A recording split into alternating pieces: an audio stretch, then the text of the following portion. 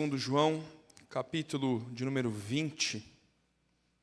Nós estamos aí no penúltimo capítulo do Evangelho, tendo exposto todo o livro até aqui. E já preguei esse texto na igreja, pelo menos até o verso 10. Dia 17 de abril preguei esse texto na igreja, 17 de abril de 2022, faz uns dias. Meu irmão, você acha que faz 6 anos da pandemia, tá? Parece que a pandemia foi sempre ano passado, né? Mas hoje nós não falaremos até o verso 10 apenas, mas até o verso de número 19, ou verso de número 18. João capítulo 20, dos versos 1 a 18, o evangelista nos narra a ressurreição do Senhor Jesus, como é o contato das primeiras testemunhas com o túmulo vazio. E João vai ter ênfases diferentes dos outros evangelistas. Eu vou ler, peço que você acompanhe comigo. O texto diz assim: No primeiro dia da semana, Maria Madalena foi ao sepulcro de madrugada, sendo ainda escuro, e viu que a pedra estava revolvida. Então correu e foi ter com Simão Pedro e com o outro discípulo a quem Jesus amava, e disse-lhes: Tiraram do sepulcro o Senhor, e não sabemos onde o puseram. Saiu, pois, Pedro e o outro discípulo e foram ao sepulcro. Ambos corriam juntos, mas o outro discípulo correu mais depressa do que Pedro e chegou primeiro ao sepulcro. E abaixando-se, viu os lençóis de linho, todavia não entrou. Então Simão Pedro, seguindo-o, chegou e entrou no sepulcro, e ele também viu os lençóis, e o lenço que estivera sobre a cabeça de Jesus, e que não estava com os lençóis, mas deixado num lugar à parte. Então entrou também o outro discípulo, que chegara primeiro ao sepulcro, e viu e creu. Pois ainda não tinham compreendido a Escritura, que era necessário ressuscitar ele dentre os mortos, e voltaram os discípulos outra vez para casa. Maria, no entanto, permanecia junto à entrada do túmulo, chorando.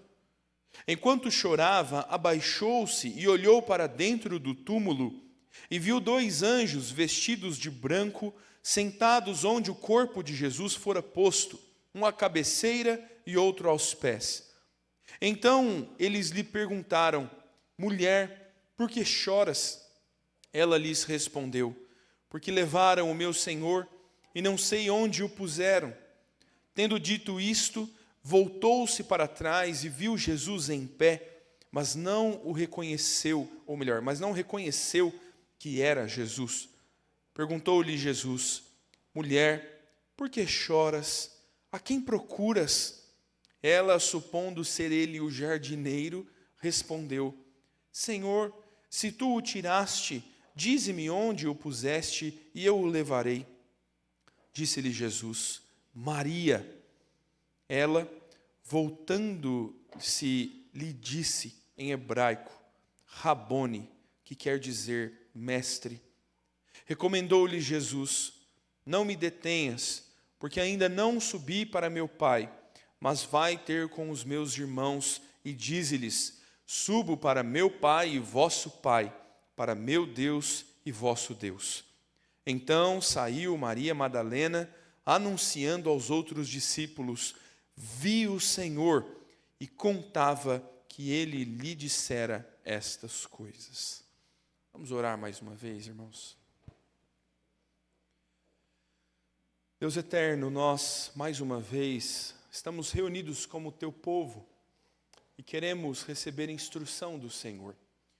Esta é a forma que o Senhor ordenou para que nós buscássemos entendimento na Escritura, a tua palavra anunciada, exposta, explicada, aplicada aos nossos corações. Queremos ouvi-la com atenção, queremos dispor o nosso coração para crer no Senhor. Queremos, Senhor, praticar estes ensinos para não sermos apenas ouvintes, para que esta palavra não se perca. Queremos, Senhor, ser tratados e aperfeiçoados, queremos ser santificados na Tua palavra. Oramos, Deus, porque sabemos que só o Senhor pode fazer isso. Não é a capacidade do pregador que pode nos convencer, não é a nossa disposição que pode nos mudar, é só a ação do Teu Espírito que pode nos iluminar o entendimento, que pode nos preparar a alma, que pode nos dar a plena compreensão e nos fazer lembrar daquilo que temos ouvido. Oramos, Pai, pela ação do Senhor sobre nós, através da Escritura. Pedimos no nome de Cristo Jesus, o nosso Senhor. Amém, Pai. Meus irmãos, este é um momento difícil pelo qual eu e você provavelmente já passamos, não é? Amanhã de um velório, talvez a manhã seguinte de um velório. Nós ficamos meio atordoados, né? É curioso pensar que quando situações tão drásticas nos sobrevêm, quando a gente enterra alguém a quem ama, a gente fica ainda sem acreditar que essa pessoa morreu. Não é essa a sensação? Eu me lembro que quando meu avô faleceu, num dia de EBF, de madrugada fui para Minas com os meus tios e fiquei ali por 15 dias. A Sara nunca tinha ido à minha cidade, ela foi pela primeira vez. E aí a família se reuniu, toda a vida ali girou em torno do falecimento do meu avô por alguns dias. E depois, quando eu fui embora, a sensação que eu tinha é que se eu voltasse na casa dele, ele ainda estaria lá. É difícil lidar com o luto. É difícil nos sujeitarmos ao fato de que pessoas a quem nós amamos agora estão sepultadas, não mais farão parte do nosso cotidiano. É duro pensar na separação e na duração dessa separação, ainda que nós creamos que é momentânea por causa da própria ressurreição. Eu queria que você refletisse no fato de que esta é a inclinação de Maria Madalena, das mulheres que o acompanham e dos 2 primeiros discípulos que vão ver a ressurreição de Jesus pela primeira vez. Esses que vão ser as primeiras testemunhas. Eles estão enlutados. A cena anterior ao último sermão que nós pregamos é a cena do sepultamento de Jesus. Depois da agonia da crucificação, percebendo que o Senhor Jesus já está morto, o Senhor Jesus é retirado, é preparado o seu corpo e ele é sepultado numa sepultura nova que estava no meio de um jardim. A sensação dessas mulheres, após a sexta-feira, ao fim do dia onde Jesus foi sepultado, no dia de sábado, todo o dia de culto ao Senhor, o dia do descanso solene, elas o guardam. Sábado, pelo dia todo, elas aguardam para que agora, no amanhecer do domingo, elas pudessem ir até a sepultura de Jesus para cuidar do seu corpo ali depositado, para zelar pelo corpo físico que ainda restava do mestre a quem elas serviram. E este é o momento de espanto, esta é a cena que elas vão perceber. É talvez um dos piores dias da sua vida, é talvez o momento da maior amargura, do maior sofrimento possível, mas é a ocasião onde vão descobrir a ressurreição do Senhor Jesus. E este é o nosso entendimento, é nisso que nós queremos pensar nesta noite, como descobrir a ressurreição de Jesus, como perceber a ressurreição, transforma os seus discípulos, transforma os seus seguidores. Como que a postura dessas pessoas, como que as convicções que eles tinham a respeito de Jesus são transformadas a partir da descoberta da sua ressurreição. Quero tratar esse tema contigo, como a ressurreição transforma discípulos. A primeira coisa que o texto nos mostra é que o túmulo vazio produz verdadeira fé.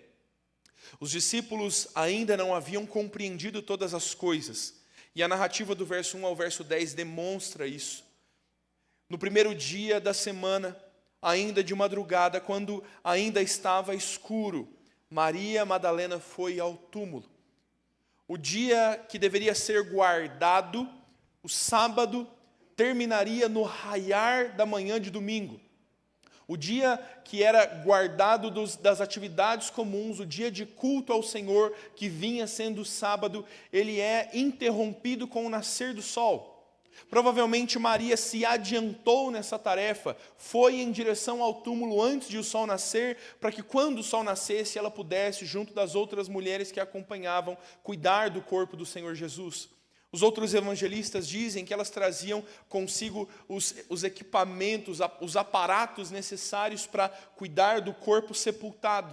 E no dia ainda escuro, a surpresa, o espanto de Maria é perceber que o lugar onde Jesus havia sido posto, o túmulo de Jesus, havia sido mexido. Agora a pedra que fechava a entrada do túmulo tinha sido revolvida. Os outros evangelistas nos contam que os fariseus e os componentes do sinédrio foram até Pilatos, foram até as autoridades judaicas e pediram para que guardas fossem enviados para o túmulo. Eles diziam que sabiam do anúncio de Jesus, da sua ressurreição, e queriam resguardar que ninguém roubasse o corpo de Jesus e depois viesse a dizer que ele havia ressuscitado. Por isso, a grande pedra foi rolada sobre a frente do sepulcro. Ela foi selada com o selo de autoridade dos romanos. Cordas foram passadas e aquele selo foi posto sobre um bocado de cera, como um sinal de que este túmulo seria inviolável. Os guardas passaram a noite ali e cuidaram do túmulo do Senhor Jesus. E o que os outros evangelistas vão nos contar, e João omite porque quer lançar luz sobre outras ênfases, é que no raiar do terceiro dia, um grande estrondo e um terremoto sobreveio, e um anjo rolou a pedra que tampava o sepulcro. Nós já não sabemos onde estão esses guardas, já não há narrativa sobre eles. A Escritura diz que eles foram subornados pelos judeus para que dissessem que o corpo do Senhor Jesus havia sido roubado. Algo que Pilatos não intervém, uma crise que os governadores vão rejeitar se envolver. Mas o fato é que o Senhor Jesus havia ressuscitado na manhã do terceiro dia. Maria, quando se depara com esta cena, percebe que o corpo de Jesus não está lá, ainda que o texto não diga se ela entrou ou não, talvez ela tenha olhado de fora, como o outro discípulo vai fazer. Ela corre até onde os discípulos estão e os chamam. Talvez a convicção de Maria seja gerar testemunhas do fato. O depoimento de uma mulher era muito pouco requisitado, era pouco considerado, por causa da cultura daquele tempo. Talvez 2 homens seriam então 2 testemunhas do que aconteceu, do que ocorreu. Não sabemos se é esta a razão ou se é mesmo o afã de anunciar que o túmulo está vazio, a pedra foi revolvida e o corpo do Senhor Jesus não está lá, ainda que eles não tenham plena consciência do que aconteceu. Mas fato é que os 2 discípulos vão então correr ao encontro do túmulo. Pedro sai na frente, o outro discípulo o ultrapassa.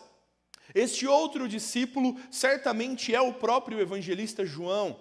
O autor do texto sempre vai se referir a si mesmo com este pseudônimo, o outro discípulo, o discípulo amado. João é mais jovem do que Pedro. Pedro já tinha uma dor na lombar e pouco fôlego no pulmão aqui. Pedro já era um desses jogadores de futebol de mais de 40 anos. O Jorge diz que tem um futebol que acontece aí que a regra é ter mais de 100 quilos ou mais de 40 anos, para todo mundo correr igual. João corre na frente. Ele chega primeiro no túmulo, mas ele não entra.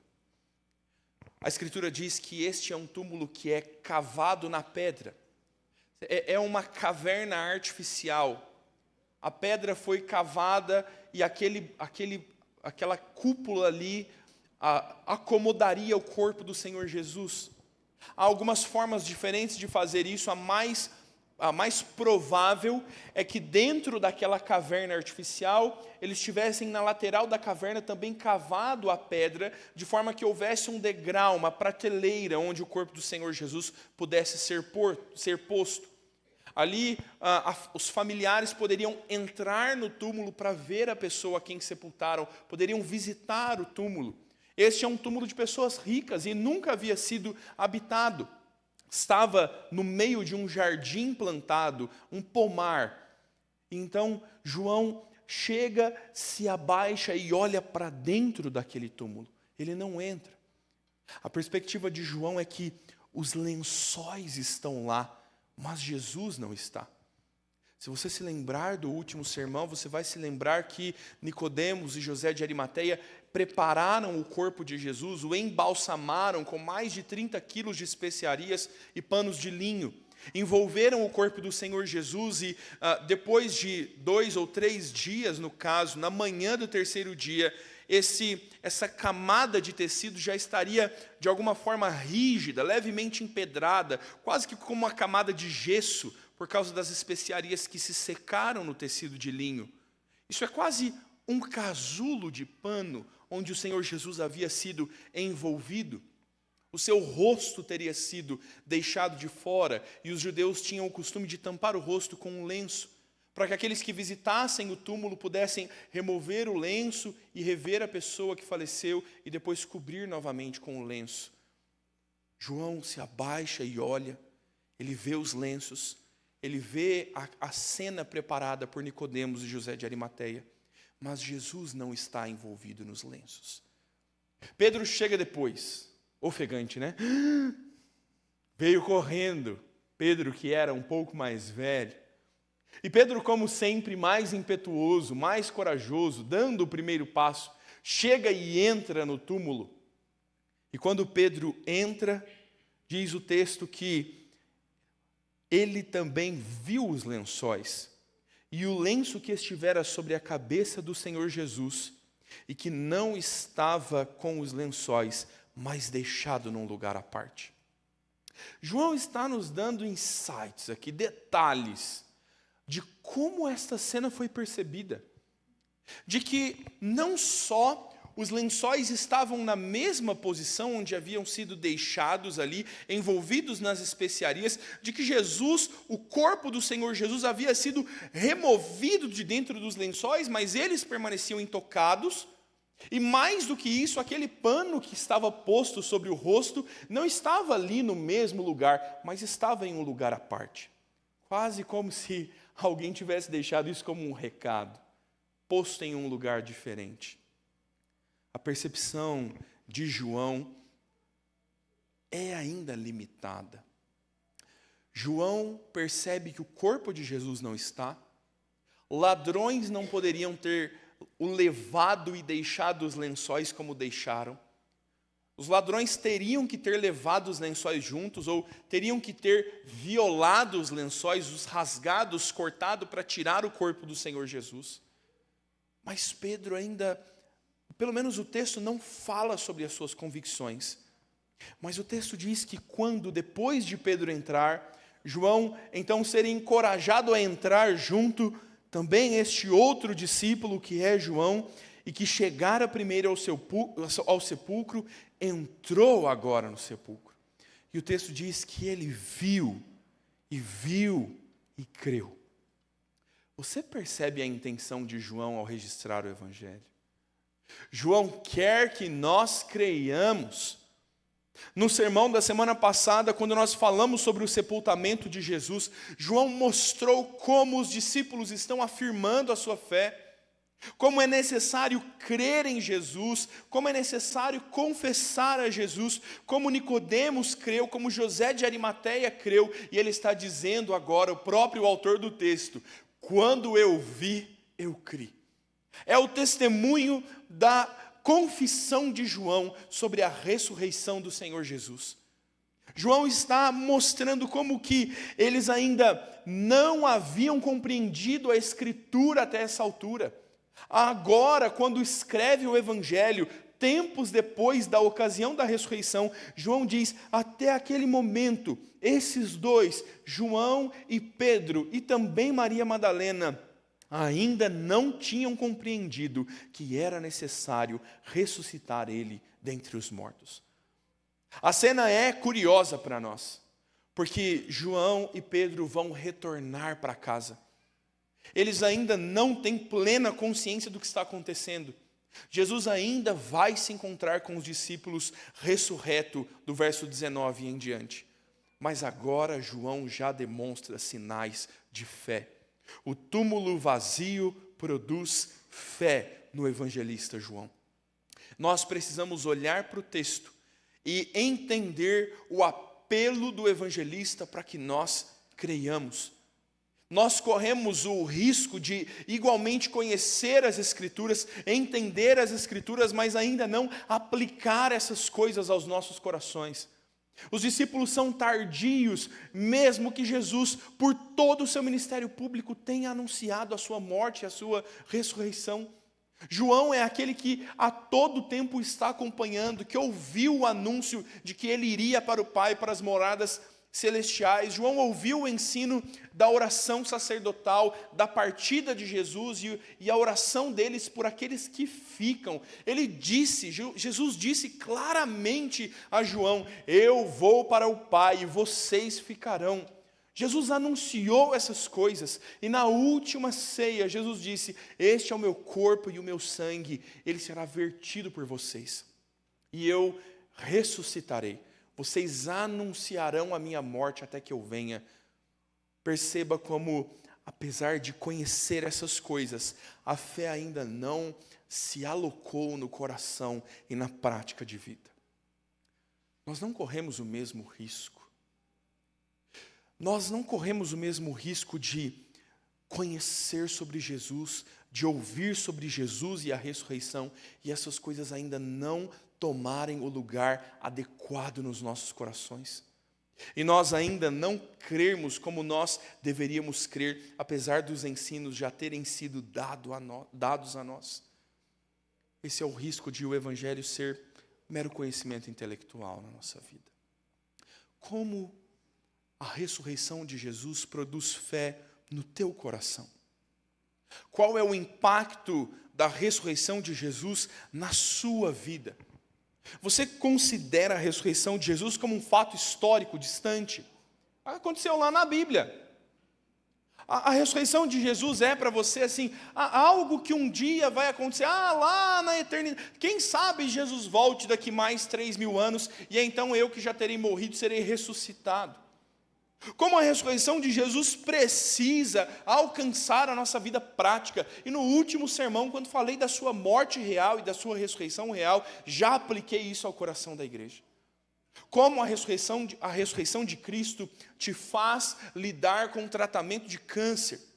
Como que isso te faz lidar com as suas inquietações, com os seus temores. Quantos de nós que confessamos a Cristo como Senhor, que frequentamos uma igreja, que lemos a Escritura, ainda temos medo da morte? Quantos de nós ainda temem o que sucederá na morte? Quem vai cuidar dos meus filhos? Será que eu vou mesmo ser ressuscitado? Meu irmão, a ressurreição do Senhor Jesus precisa alcançar a realidade da nossa vida.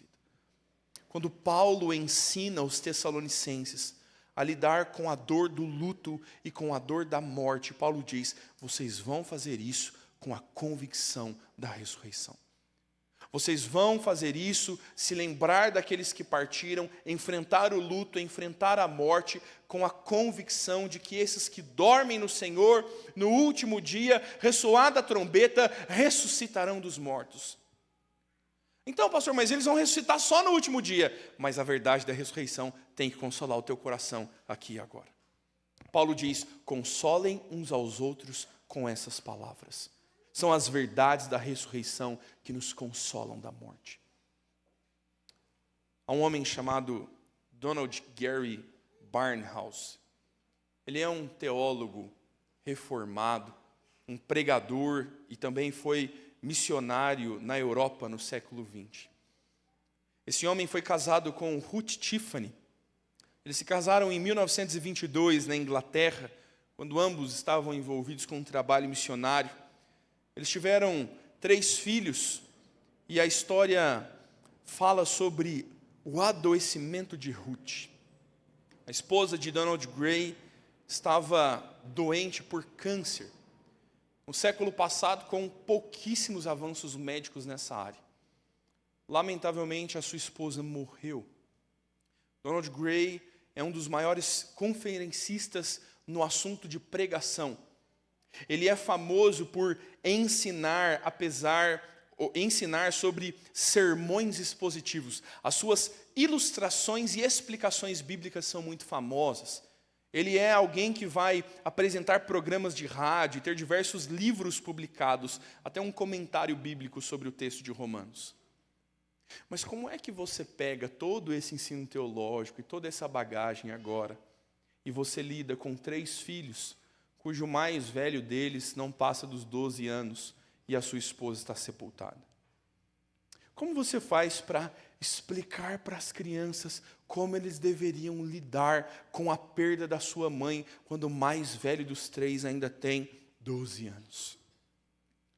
Donald Gray Barnhouse conta que quando ele estava com os 3 filhos no carro e dirigindo em direção ao velório da sua esposa e da mãe dos seus filhos, ele estava parado num cruzamento e as crianças em silêncio no carro, e um caminhão bem grande lentamente veio passando sobre eles, a ponto de a sombra daquele caminhão tampar a luz do sol por sobre o carro.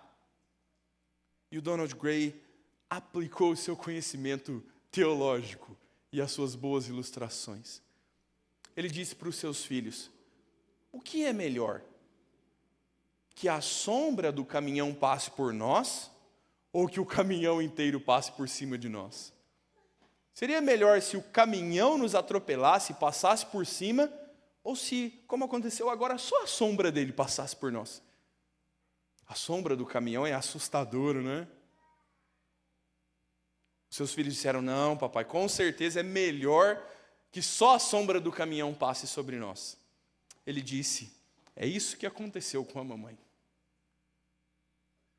O caminhão passou por cima de Jesus. Jesus morreu. E sobre a mamãe o que nós estamos vendo é só a sombra do caminhão. Entende como a convicção da morte e da ressurreição de Cristo precisa tocar as nossas dores, os nossos sofrimentos, as nossas esperanças aqui e agora? Como a ressurreição de Cristo te faz viver como um peregrino neste mundo?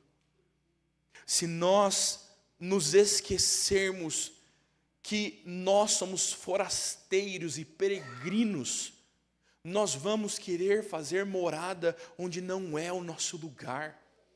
Jesus, na sua ressurreição, está nos lembrando que a vida plena, que a vida farta, que a vida eterna não é esta. A ressurreição de Jesus tem que nos lembrar disso. Precisa abrir os nossos olhos para onde nós vamos, para o que é o nosso futuro. Eu duvido que você fique magoado com a eliminação do Brasil pensando na eternidade. Eu duvido que você tivesse coragem de, imaginando a pedra se revolvendo e o corpo do Senhor Jesus recobrando o seu vigor e o seu ânimo e sendo glorificado, e Cristo triunfante saindo fora do túmulo. Eu duvido que isso te faça estar mais preocupado com a Espanha e com a Argentina do que com o culto público do Senhor. Como você deveria fazer negócios com a certeza de que você pode morrer a qualquer momento, de que você pode bater as botas, meu irmão. Talvez agora haja um coágulo de sangue na tua artéria a caminho do teu coração, e amanhã nós vamos te sepultar nessa igreja. Ai, pastor, bate na madeira. Eu não bato na madeira, não, eu sou crente. Como tudo se torna leve e momentâneo sofrimento quando é comparado ao eterno peso de glória que há de se revelar. Eu não estou nem aí se o governo vai me cobrar imposto demais, meu irmão. Eu não estou preocupado se meu carro vai quebrar mês que vem. pouco me importa a hérnia de disco a ser tratada. Porque o que vem adiante é a ressurreição dos mortos. Que sofrimento dessa vida poderia tornar a ressurreição opaca? O que poderia, de alguma forma, tirar a beleza e a glória do fato de que a morte para nós é um fechar e abrir de olhos, e nós estaremos na presença do Senhor, e a ressurreição dele é o anúncio da nossa futura ressurreição. Como a ressurreição de Cristo precisa produzir fé no teu coração, como ela vai ajustar as tuas prioridades da vida. Na ressurreição, meu irmão, a gente não quer apresentar o Senhor filhos formados em faculdades federais, a gente quer apresentar o Senhor filhos crentes. A gente não quer apresentar ao Senhor horas extras de trabalho, a gente quer apresentar ao Senhor horas de deleite na presença de Deus. Todas as coisas fazem o real sentido que elas devem ter à luz da ressurreição, à luz do que é a verdade do último dia. A ressurreição do Senhor, mais uma vez, nos exorta a ter fé. João viu e creu, e você precisa ouvir e crer. Pastor, talvez se eu tivesse visto, eu acreditaria. Jesus vai tratar o seu coração um pouco mais tarde no Evangelho de João, porque ele vai dizer a Tomé: mais bem-aventurados são os que não viram e creram. Mas além de produzir fé no nosso coração, o Cristo ressurreto produz testemunhas do Evangelho. Maria Madalena e os seus discípulos não serão meros espectadores da vida cristã. Eles se tornarão participantes da obra do Evangelho. O Cristo ressurreto nos ensina que, esse é o segundo ensino do texto, Cristo ressurreto produz testemunhas do Evangelho. Pedro e João voltam para casa. Essa não é uma cena de apatia ou de indiferença. O texto está nos contando que eles deixaram aquele local, e nós vamos ter notícias deles adiante, quando, ao cair da tarde do primeiro dia, os discípulos estão todos reunidos numa casa com medo dos judeus. O verso 19 vai nos dizer para onde eles foram. Nesse mesmo dia, todos os discípulos estão reunidos. Mas Maria permanecia junto à entrada do túmulo, chorando. Enquanto Maria estava ali chorando, ela se abaixou e olhou para dentro do túmulo. Talvez fosse a incredulidade do fato. Eu olharia uma segunda vez. Maria, como João, se abaixa e olha mais uma vez para dentro do túmulo. E agora ela não vê só os lençóis deixados por Jesus, mas há dois anjos ali. Um sentado aos pés do lugar onde Jesus estava posto, e outro sentado à cabeceira. Esses dois anjos estão vestidos de branco. Marcos 16:5 diz que eles estavam vestidos de roupas brancas, dá o mesmo testemunho. Lucas, quando narra esse texto, descreve homens que brilhavam como a luz do sol e que se colocaram ao lado de Maria Madalena e das outras mulheres. João está enfatizando apenas Maria Madalena. Mateus 28 nos conta que estes anjos tem o mesmo aspecto daquele anjo que revolveu a pedra, aquele que brilhava como um relâmpago e que as suas vestes eram brancas como a neve. Maria está vendo agora dois mensageiros de Deus. A palavra anjo significa mensageiro. A Escritura nos diz que eles são espíritos ministradores, eles servem ao Senhor. E em todo o Novo Testamento, as aparições destes anjos são percebidas em figura humana. Então esses dois lhe perguntaram: mulher, por que choras? É uma forma zelosa e cuidadosa de se referir. Talvez no nosso contexto, mulher, chamar alguém assim seja grosseiro, né? Nesse contexto é zeloso, é amoroso. Eles estão zelando por ela, dizendo: por que choras? A resposta dela é: porque levaram o meu Senhor e não sei onde o puseram. Se João viu e creu, Maria ainda não entendeu o que estava acontecendo. A percepção dela é que alguém havia levado o Senhor Jesus dali. Talvez o fato de não ter ainda entrado no túmulo não dê a ela a percepção completa de como os lençóis foram deixados, mas independente do fato, não sabemos por que ela ainda não entendeu, mas o fato é que ela não entendeu. Tendo dito isto, voltou-se para trás e viu Jesus em pé. Então, agora o próprio Jesus está logo atrás dela. Mas igual aconteceu com os discípulos no caminho de Emaús, igual aconteceu com os discípulos que pescavam enquanto Jesus estava na praia, ela não reconheceu Jesus à primeira vista.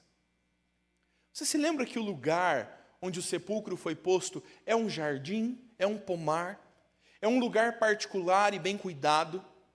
Isso explica a percepção de Maria, quando ela vê este homem e não entende quem ele é. Jesus agora faz a mesma pergunta dos anjos: mulher, por que choras? A quem procuras?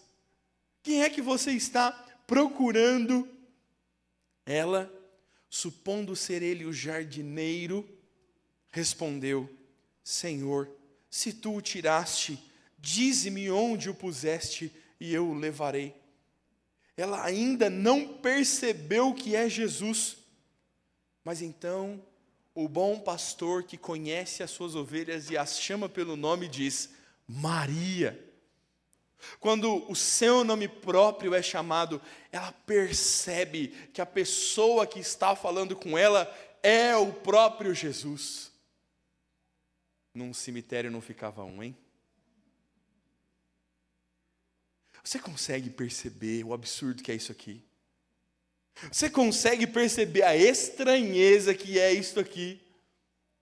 A gente tem a tendência de julgar Maria, de falar, é Jesus, olha, é Jesus. Mas ela não consegue se dar conta do fato. Não está na visão de mundo dela, não está no que ela conhece e percebe. Os ensinos de Jesus ainda não fizeram total sentido para ela. Ela não consegue perceber que é Jesus. E quando então Jesus a chama pelo nome, ela diz, Rabone, que quer dizer mestre. Finalmente ela percebe que era Jesus. Depois desses 12 dias de viagem para Angola, uma das coisas que a gente estava muito curioso para ver era qual seria a reação das crianças, né? O Timóteo riu e chorou. Ele riu. E aí eu fui dirigir o carro, ele abriu a boca a chorar, ele achou que eu ia embora de novo. Mas quando eu cheguei em casa, a minha sogra tinha ficado em casa com a Sofia estava no colo. E quando a Sofia me viu, e aí você conversa, é o papai chegou, o papai. Ela fitou os olhos em mim, e o rosto dela foi se transfigurando numa cara de choro. Sabe quando a criança chora uns 5 segundos em silêncio primeiro? Ela fica. E depois ela chora. E aí aquele choro surgiu. E ela chorou desesperadamente. Ela chorou como num dia de vacina. Ela chorou num choro de desespero. E quando eu peguei ela no colo, ela olhava para mim, ela empurrava o corpo para trás e ela chorava, dizendo, quem é você? Levou, meu irmão, umas 2 horas para ela me dar um sorrisinho de volta. Algum freudiano depois vai dizer que eu causei um trauma na minha filha. Mas, meu irmão, é difícil entender as nossas reações, às vezes emocionais, ao que está sucedendo. O texto não descreve os detalhes, mas, ao que me parece, Maria se agarrou em Jesus. Porque Jesus tem que dizer para ela, Maria, me solte. Talvez Maria tenha, de fato, o abraçado, talvez, como é a narrativa e a história do relacionamento entre Jesus e Maria Madalena, ela tenha se lançado aos pés do Senhor Jesus e o agarrado pelos pés. E apesar da sua comoção, do seu êxtase de ver Jesus, o Senhor Jesus diz para ela, não me detenhas, me solta por agora, Maria. porque ainda não subi para o meu Pai. Mas vai ter com os meus irmãos e dize-lhes: subo para meu Pai e vosso Pai, para meu Deus e vosso Deus. Jesus está dizendo: Maria, as coisas agora mudaram um pouco, eu não vou junto com você. Agora eu quero que você vá anunciar, porque o que está acontecendo agora é a glorificação. Já não é mais o tempo do ministério, já não mais estarei convosco, agora é a hora da ascensão. Eu vou para junto de meu Pai. Então vá e avise a todos que eu vou fazer aquilo que havia dito. Eu ressuscitarei e eu irei para o Pai. E eu vou preparar morada para vocês. E Maria, talvez ainda não entendendo plenamente, Jesus descreve um pouco mais essa cena.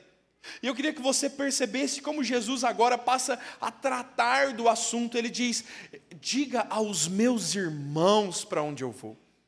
Eu vou para o meu Pai e para o vosso Pai. A minha obra, a obra de consumação de Cristo, é também a consumação da adoção de filhos. Jesus conquistou de uma vez por todas a justificação do pecado deles. Eles agora estão sendo adotados no reino do Filho do seu amor. E Ele está dizendo: eu vou para o meu Deus e Ele é o vosso Deus. É o nosso Pai. Vocês são meus irmãos. Diga a eles daquilo que eu estou fazendo agora. Maria, então, deixa de ser uma mulher enlutada, uma mulher apenas chorosa. Jesus a vê chorando quando está no madeiro, e quando Jesus morre, a cena é Maria chorando. Quando Jesus a reencontra, ainda é Maria chorando, mas agora já não é mais tempo de chorar. Eis que a manhã do terceiro dia raiou. Maria Madalena saiu anunciando aos discípulos: vi o Senhor. Vi o Senhor, e contava que ele lhes dissera essas coisas. Ela anuncia aos discípulos, ela testemunha da ressurreição de Jesus. E agora Pedro e João, que também viram os sinais, têm pela confirmação de Maria o testemunho da ressurreição de Cristo. Se talvez a cultura judaica exigisse que Pedro e João testemunhassem o túmulo vazio, agora Jesus insiste na contracultura de tornar a primeira testemunha da sua ressurreição alguém que não teria crédito para testemunhar naquela cultura, uma mulher, Maria Madalena. Uma mulher que tem na sua história um duro sofrimento, uma mulher que certamente viveu como uma prostituta. Maria Madalena, alcançada pela graça do Senhor Jesus, agora é a primeira mulher que vai testemunhar do Cristo ressurreto visivelmente. Ela já não é mais uma seguidora desamparada, agora ela é uma testemunha daquilo que viu, daquilo que presenciou, de que Cristo está ressurreto. O Cristo ressurreto produz testemunhas do Evangelho. Eu queria que você pensasse sobre as implicações do diálogo de Jesus com Maria Madalena. Na realidade que é inaugurada na ressurreição de Jesus. A ressurreição de Jesus é a inauguração de uma nova era. Jesus está definindo os últimos dias, são os últimos eventos. Ele está agora desfechando a sua obra e anunciando o fim de todas as coisas. Agora Jesus está conquistando para si o poder que ele vai delegar aos discípulos para ir às nações e testemunhar. A ressurreição de Jesus está marcando o novo tempo da igreja. A igreja vai receber poder de Cristo para testemunhar a partir da sua ressurreição. Jesus está consumando a sua obra. E ele não está agora tendo só discípulos, só seguidores, só espectadores daquilo que ele faz, mas agora aqueles a quem o assistiram, aqueles que o acompanharam, que o ouviram e que agora o veem ressuscitado, se tornam testemunhas ativas da sua ressurreição. Nós estamos sendo igualmente chamados e nós somos delegados, como disse o Senhor Jesus: vá e anuncie o que eu estou fazendo. Se por ora o anúncio da ressurreição é imediato aos discípulos, Mateus 28, a grande comissão vai reiterar essa cena dizendo: toda autoridade me foi dada, portanto vão e façam discípulos de todas as nações, anunciando essas coisas, ensinando aquilo que eu vos ensinei, batizando aqueles que se converterem. Vão e alcancem, vão e anunciem, vocês são as minhas testemunhas. É impossível, mediante a convicção e a fé da ressurreição de Cristo, nós não testemunharmos disso. Nós termos na nossa posse a certeza da vida eterna, a esperança da vida eterna, e não partilhar com aqueles que estão agonizando a morte no pecado. O que é que você diria sobre um país que descobriu a cura do câncer e decidiu não patentear? Como você condenaria uma empresa farmacêutica que manipulou a cura do ebola, mas decidiu não vender para o continente africano? Como você chama isso? Que nome absurdo você dá para isso? Como nós agiríamos dessa forma? Tendo a Cristo, conhecendo a ressurreição, tendo esperança na morte. Velórios de crentes são cultos a Deus por causa da nossa convicção. Quantos velórios nós choramos e lamentamos a dor da separação nessa igreja, e dentro deste mesmo templo nós cantamos com esperança, é o anúncio da ressurreição de Cristo. Como não anunciaríamos isso a outros? Como você deixaria os teus vizinhos permanecerem na morte? Como você deixaria os teus familiares, os teus melhores amigos, os que você mais ama, porque você os deixaria perecendo na angústia de morrer e ter a condenação eterna sobre si? Na desesperança de um miserável ateu que crê que vai ser sepultado e que vai virar esterco no solo. Como nós não seríamos testemunhas de Cristo? Como nós não andaríamos e não buscaríamos outros anunciando: vi o Senhor ressurreto, e vocês precisam conhecê-lo. E vocês precisam conhecer o poder que ressuscita os mortos. O Senhor igualmente delega a tarefa da igreja de testemunhar. Nós não podemos nos eximir dessa responsabilidade. Mas essa também não é uma tarefa fácil.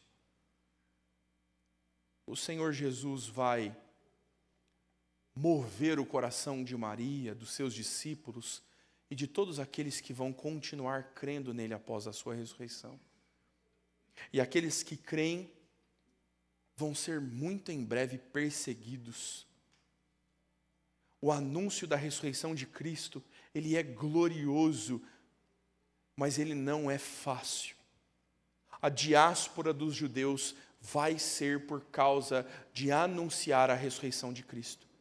A perseguição dos judeus é porque eles anunciam a um Cristo ressurreto. Testemunhar de Cristo não traz sobre nós tarefa fácil. A palavra grega que significa testemunha é a mesma palavra que é usada no português para martírio, para mártir. A testemunha no texto grego é um mártir. O mártir não tem no texto grego o significado que tem hoje, mas assumiu este caráter ao longo da história da igreja, porque tantos dos que testemunhavam foram martirizados por anunciar a sua fé em Cristo. Como citamos o texto de Hebreus capítulo 11, homens que foram queimados vivos, homens que foram decapitados, homens que foram cerrados pelo meio, porque testemunharam de que Cristo ressuscitou e não abriram mão do seu testemunho. Entenda que se você crer em Cristo, você precisa testemunhar. E se você testemunhar, o testemunho de Jesus trará dores e angústias sobre a tua vida. Mas pastor, qual é a vantagem disso? O mesmo texto de Hebreus, como citei mais cedo, diz que estes eram homens dos quais o mundo não era digno. Tertuliano vai dizer que o sangue dos mártires, das testemunhas mortas, o sangue derramado por eles é a sementeira da igreja. Não se pode refrear o testemunho do Evangelho, e ainda que nós percamos tudo por causa do testemunho de Cristo, nós herdamos a vida eterna. Podem matar o nosso corpo, mas não podem matar a nossa alma, é o que ensina o Senhor Jesus. Não temam os que matam o corpo, temam aquele que pode lançar tanto o corpo quanto a alma no inferno. Tema a Deus e testemunhe, independente do preço que te custe, porque agora você é filho. Porque agora ninguém pode tomar de você o que Cristo conquistou na sua ressurreição. Porque agora a doutrina da adoção está consumada. Porque agora nós somos legítimos filhos de Deus. Anuncia aos meus irmãos, nós somos os irmãos do primogênito Cristo. Nós somos agora a família do Senhor. Jesus está partilhando o seu Pai conosco. E por que o Pai não cuidaria de nós? Por que nosso irmão mais velho, com todo o seu poder e glória, não zelaria por nós? Quem poderá nos tirar este nome pelo qual somos chamados filhos de Deus? Cristo conquistou na sua ressurreição a nossa filiação, e agora nós pertencemos a Ele. E agora toda a herança da qual Jesus é digno, Ele está compartilhando conosco. Todos os benefícios que o Senhor Jesus merece, Ele está compartilhando conosco. Toda a autoridade que Jesus tem, Ele está delegando a nós. E nós somos os irmãos caçulas, que chegam todos corajosos, dizendo, e foi o meu irmão que mandou, hein? E você resolve com ele, hein? Que eu estou vindo aqui porque ele me mandou. E nós somos aqueles que estão sendo enviados em nome de Jesus. É Deus o nosso Pai. E ninguém pode interromper a nossa filiação. Ainda que nos custe muito o testemunho de Jesus, Ele conquistou para nós a filiação a Deus pelo seu sacrifício e agora consumado na sua ressurreição. Nós somos família de Deus. Deus não vai te jogar fora. Deus diz que ainda que um pai e uma mãe se esqueçam dos seus filhos, o Senhor não se esquece. O Senhor, como seu Pai, Ele vai prover o que você precisa. Ele diz que pais pecadores sabem dar boas dádivas aos seus filhos. Se Ele é o nosso Pai eterno, Ele sabe nos dar o que nós precisamos. Você precisa viver na realidade de que você é de fato filho de Deus. De que você tem acesso ao seu Pai. De que o seu Pai está disposto e atento às suas necessidades. E você pode achegar-se a Ele e dizer quais são. E você pode pedir ao Pai Celestial, você pode orar, Pai nosso que estás no céu. E Cristo nos conquistou esses direitos na sua ressurreição. Meus irmãos, como eu tenho advertido, a ressurreição de Cristo precisa trazer efeitos imediatos. Ela precisa ser vivida aqui e agora. As convicções de que nós não morreremos, mas seremos ressuscitados, precisam mudar a tua forma de lidar com o mundo. Mas aquele dia será inexplicável. Todos serão testemunhas oculares. Não há ser humano que tenha existido sobre a terra que não verá este dia. Porque Paulo, quando diz aos Tessalonicenses, diz que os mortos ressuscitarão primeiro. Vocês que moram na Vila Rio que vão ficar assustados. Os mortos serão ressuscitados. Seus corpos físicos serão refeitos. E as suas almas que estão já agora desfrutando da presença do Senhor no céu, o Senhor Jesus como ressuscitou e subiu ao Pai, e disse a Maria, também descerá da mesma forma que o viram subir. E o Senhor descerá dos céus em um grande clangor de trombetas. O céu se abrirá de ponta a ponta, como um relâmpago do oriente ao ocidente, e todos os olhos verão. E como nós lemos no profeta Isaías, os povos da terra temerão ao Senhor. E o Senhor trará em sua companhia os que dormem. Os que já morreram, as suas almas serão trazidas com o Senhor na sua descida. E eles serão mais uma vez reajuntados aos seus corpos. Os mortos ressuscitarão. Você crê? João está dizendo, eu vi e eu criei. É necessário crer. A fé é a certeza das coisas que se esperam. Você acredita nisso? Você consegue ver um caixão descer à sepultura e dizer, te vejo em breve levantar do mesmo lugar onde você foi sepultado. E nós, os vivos, nós que pelo menos por agora ainda estamos, nós seremos arrebatados pelo Senhor para um encontro nos ares. Nós vamos descobrir se Jesus é loiro. Você consegue entender que isso é a narrativa dos fatos que virão? Você consegue entender que isso não é, será que o Brasil vai ganhar a próxima? Será que o Neymar vai jogar a próxima Copa? Sabe como esse será é um vago será? Eu quero é que não tenha a próxima Copa, meu irmão. Eu quero jogar a Copa no céu. E no céu eu vou saber jogar futebol. Este é o fato que vai te acontecer. Esperança na Escritura não é tomara que. Esperança bíblica não é mera expectativa. Esperança bíblica é literalmente esperar. Vai acontecer. Estes seus olhos verão o Cristo ressurreto.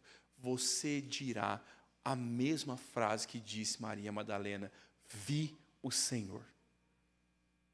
Isso vai acontecer. Você precisa viver nessa expectativa. Você precisa ansiar por esse dia. Você precisa mudar a tua cosmovisão e fazer café amanhã de manhã à luz do Cristo ressurreto. E você precisa aguardar, esperando o dia em que o veremos ressurreto diante dos nossos olhos. Maranata, ora vem, Senhor Jesus. Vamos orar, irmãos.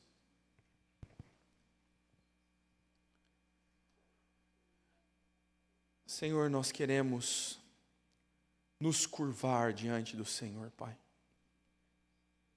Nós queremos confessar a nossa incredulidade e todas as ocasiões em que temos vivido como se essa vida fosse mais importante do que a ressurreição que aguardamos. Perdoa, Senhor, quando nós amamos o presente século como se vivêssemos para sempre nesse mundo caído e pecaminoso. Nos perdoa, Senhor, quando nós consideramos mais importante as coisas passageiras do que aquelas que são eternas. Nos perdoa, Deus, quando nós nos calamos como testemunha do Senhor e não anunciamos a ressurreição. Nos perdoa, Senhor, dessa nossa incredulidade e nos salva da incredulidade, Pai. Nos dá uma fé madura e sólida que aguarda a volta de Cristo e vive ansiando pelo retorno de Jesus. Nos faz, Senhor, olhar para o céu com esperança e literalmente aguardar o dia em que o céu sobre a nossa cabeça se abrirá. Levantai, ó portas, as vossas cabeças, para que entre o Rei da Glória. Queremos ansiar por esse dia, Pai. Queremos travar a luta contra os pecados do nosso coração, na esperança do último dia em que seremos redimidos. Queremos lidar com os nossos sofrimentos, com as nossas tristezas, sabendo que o Senhor já pôs data ao fim deles e nós seremos redimidos pelo Senhor. Aguardamos pelo dia em que brilhará sobre nós o sol da justiça e nós seremos como bezerros soltos da estrebaria, Senhor. E nós saltaremos de alegria e nós celebraremos ao Senhor. Pai, põe os nossos olhos nesse dia. Fixa os nossos olhos na eternidade, para que os nossos sofrimentos sejam de fato leves e momentâneos, quando comparados ao dia em que diremos, vi o Senhor Jesus. Põe a ressurreição e todas as suas implicações profundamente cravados no nosso coração, para que confiemos no Senhor. Para que descansemos, para que aguardemos ansiosamente o dia em que veremos o Senhor Jesus. Oramos agradecidos e o louvamos pela Tua palavra que nos encoraja. É no nome de Jesus que oramos. Amém, Senhor.